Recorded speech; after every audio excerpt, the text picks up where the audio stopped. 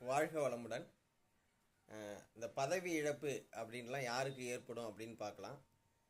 பதவி, பட்டம், கௌரவம் இதெல்லாம் குறிக்கிற இடம் 10ஆம் இடம். புகழ், அந்தஸ்து, புகழ் அப்படிலாம் இருக்கிறது, ஒரு உயர்வான பதவியில் இருக்கிறது 9ஆம் இடம்.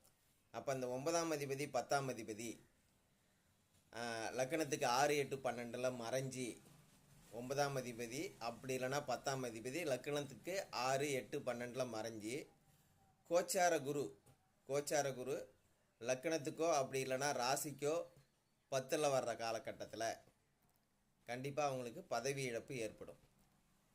9ஆம் அதிபதியோ அல்லது 10ஆம் அதிபதியோ லக்கணத்துக்கு 6, 8, 12 மறைஞ்சிருந்து அது அவர்களுடைய தசாபுத்தி நடந்து அந்த நேரத்தில் கோச்சார குருவும் லக்கணத்துக்கோ அல்லது ராசிக்கோ 10ல் வர்ற காலகட்டத்தில் கண்டிப்பாக பதவி இழப்பு ஏற்படும். ஏதாவது பதவி போன ஜாதகத்தில் செக் பண்ணி பாருங்கள். நன்றி நண்பர்களே.